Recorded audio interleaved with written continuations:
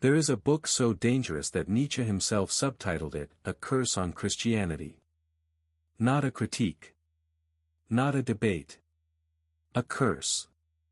He wrote it in 1888, the final year of his sanity, and it reads like a man who has run out of patience for polite conversation. The Antichrist is not an attack on God. Nietzsche makes that clear on the very first page. The problem is not the divine. The problem is the moral system that claimed to speak for the divine, and in doing so, declared war on life itself. This book asks a question that most people are too afraid to consider: what if everything you were taught about good and evil was designed by people who hated you? What if morality is not a ladder to heaven but a cage built by the weak to trap the strong? And what if the way out requires becoming something most people will never understand? Nietzsche's central claim in The Antichrist is that Christianity performed an unprecedented act of psychological warfare. It took the natural values of life, strength, pride, ambition, sensuality, power, and rebranded them as sins. Meanwhile, it took the characteristics of the defeated, humility, submission, pity, self-denial, and elevated them to virtue. This is what Nietzsche calls the inversion of values. The weak could not defeat the strong through force. So they defeated them through morality. They made the strong feel guilty for being strong. They made health seem like arrogance. They made power seem like cruelty. And they called this moral progress. Nietzsche traces this to the priest. The priest is the most dangerous type of human being. Not because he is individually evil, but because his entire existence depends on the perpetuation of suffering. A healthy person does not need a priest. A strong person does not need salvation. The priest needs you to feel sick. He needs you to feel guilty. He needs you to believe you are broken, because only then can he sell you the cure. This is not just about religion. This is about every ideology that says you must be saved from yourself. Every voice that whispers, you are not enough, you are sinful, you must be redeemed. Nietzsche wants you to recognize that voice. And he wants you to stop listening to it. One of Nietzsche's most controversial claims is that pity is not a virtue. It is a poison. Pity multiplies suffering rather than alleviating it. When you pity someone, you do not make them stronger. You validate their weakness. You teach them that suffering is to be avoided rather than overcome. Everything that has ever made a human being exceptional was forged in difficulty. To remove suffering from life is to remove the possibility of growth. Nietzsche also has a sharp critique of Immanuel Kant's categorical imperative: act only according to that maxim which you can at the same time will to become a universal law. Nietzsche finds this absurd. Why should my action be judged by whether it can be universalized? What if I am exceptional? What if what is good for me is not good for everyone? For Nietzsche, Kant's categorical imperative is just herd morality in rational disguise. The underlying assumption is that all human beings are equal. But Nietzsche rejects the premise. He does not believe all human beings are equal.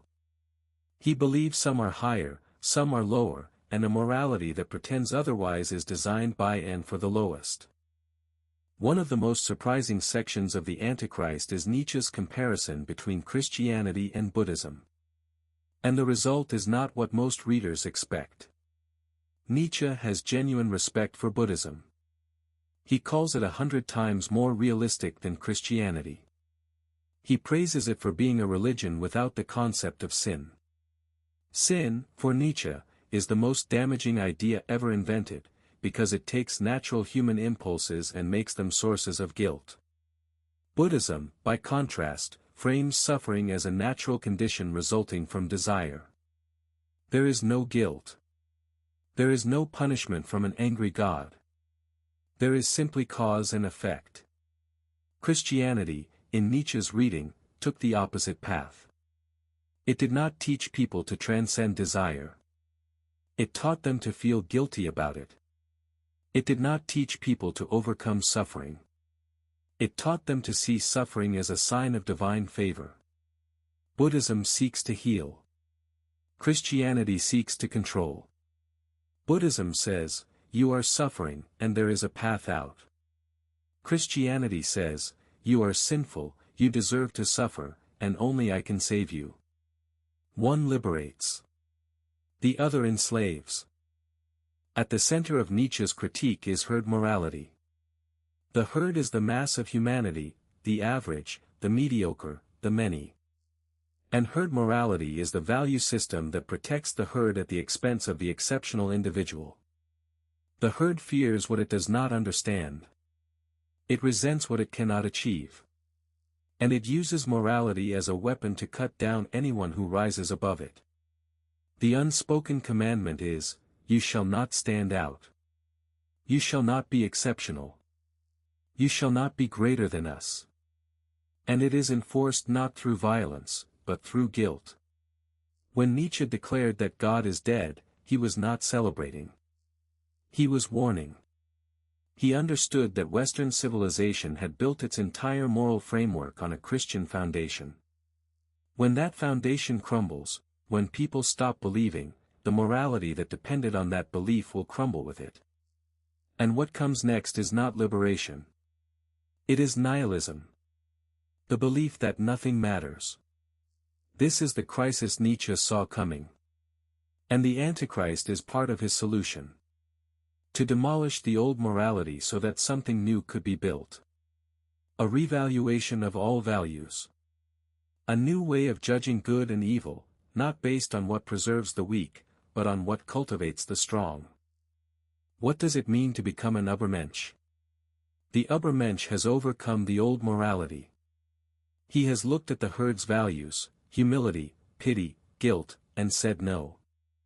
He has created his own values instead of inheriting them.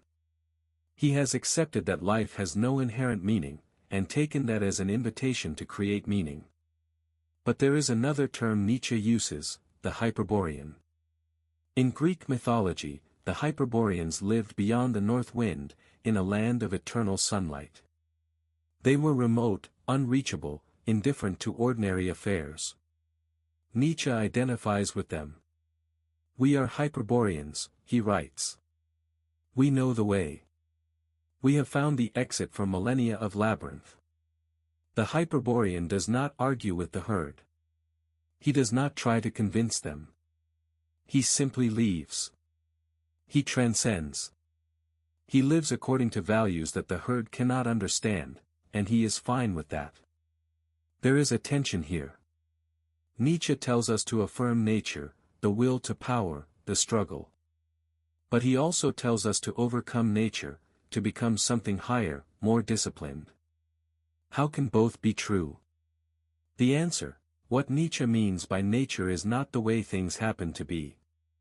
He means the fundamental drive of life, the impulse to expand, to overcome.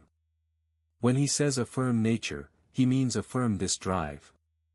But this drive, properly channeled, leads to self-overcoming. The strongest will to power is not domination of others. It is domination of yourself.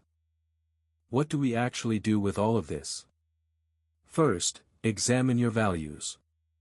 Where did they come from? Did you choose them? Or were they given to you by a culture that benefits from your weakness? Most people inherit their morality like they inherit their language, unconsciously. Nietzsche demands that you examine it. Second, stop apologizing. For your ambition. For your strength. For your desires. The herd wants you to feel guilty about wanting things. But guilt is a tool of control, not a sign of virtue. Third, embrace suffering as a teacher. The people who have achieved anything significant did so by walking through difficulty, not avoiding it. Fourth, build your own values. This is the hardest one. But the alternative, living according to values you never chose, is not safety. It is slavery. The Antichrist is not a book for everyone. It will offend you.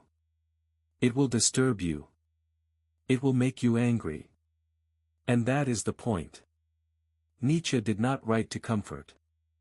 He wrote to wake people up.